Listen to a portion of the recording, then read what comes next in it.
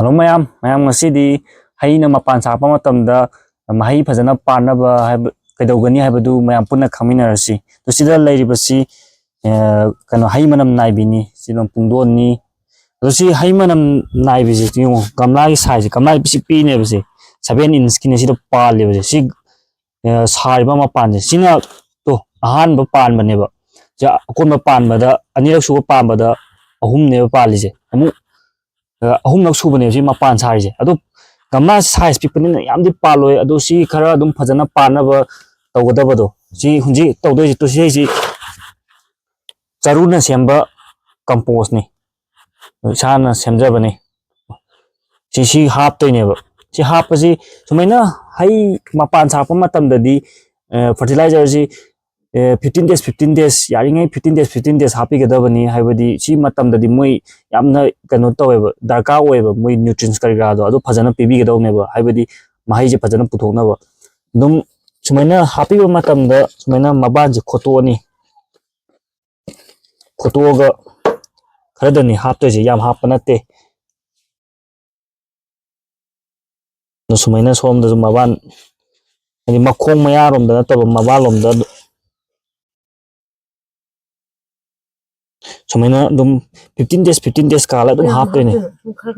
khara khakta ne adu size ai ji pick pane no yamdi ko adum habet chawak dum size khara chawraga di dum khara yam no happy ba su kaide du gamla gi makha dumaina ado hapa matam da mathakta di tongal thambiram ko hoi mathakta tongadi organic ba mahi singdo lo si doine ba sumaina si phajana palije do si pungdon ji yong si lagi basingje si jo 7 months complete phar bane si jo 7 months si panbi champran si jo 7 months si chiku ji dang di lai bane lupa chani yang kai piraga to podi aina semjaba ngaktane ado si jo adum chamana na hapadi si jo pale to pala bane hapadi dum sumaina dum khara dane happy doje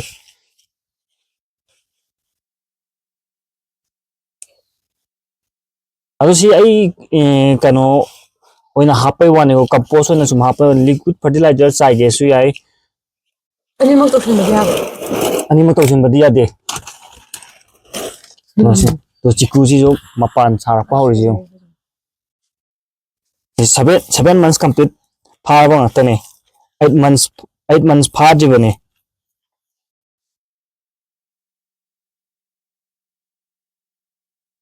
15 days laga dum hap to ni si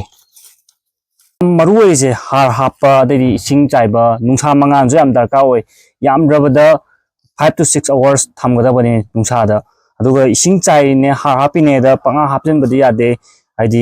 formula man nairaga tawada bani har hapana 15 days na abada 15 days adu maina happy ba natraga jo 1 month happy ba kai badi leite sing chai badi singunje har hap loi ba sing chai doine ba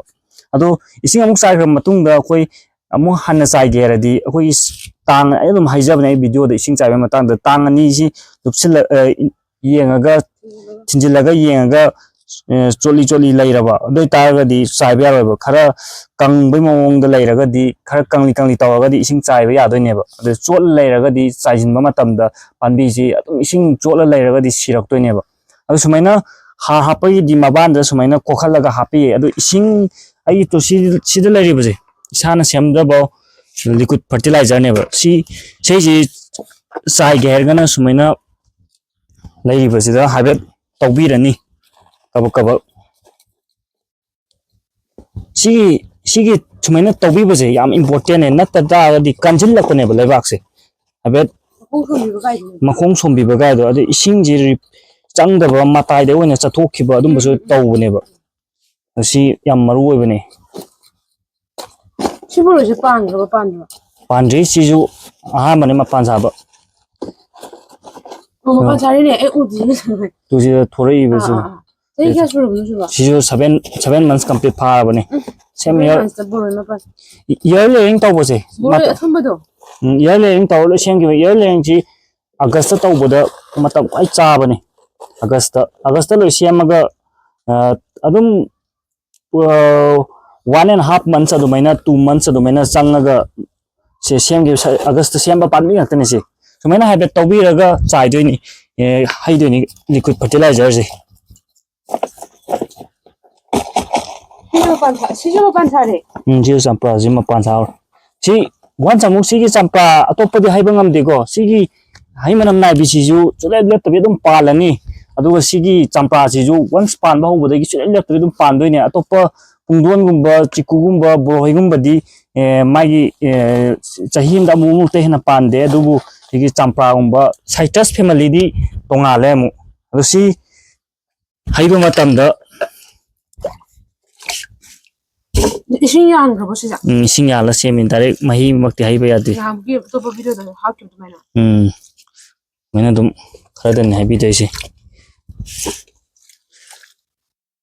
C 15 days लेरगा तुम CD मही ओइन हाइबने इसिंग चाइरोब अदु अतोप सुमाइना हा हाक्यबदि लोइबगा इसिंग चाइदबा यादेबा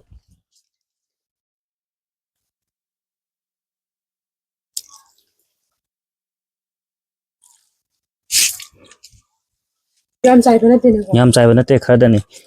जो सुसन गुजे जरूर चखिंगी हाइदि सुसन गुजे इसिंग फाजिला थमदबैने बसे लूज सोइल लोइबगिनेबा अदु सी काउबिरोइदबसे नुंसा फजना दुम 5 to 6 hours थम फंगनबिबा इसिंग फजना चाइबिबा अदुगा हारजे मतम चाना दुम हापिबा सिदंग अहुम जिदंग फजना तौबदा अतोपा का हेना अतोपा लैबा फर्टिलाइजर आ हापतगजु छाना सेमजबा खग चुमायन तौबदा दुम माहिजे दुम फजना पुथोकपा ngambane mayam ngasi gi video si matang saida losinjarage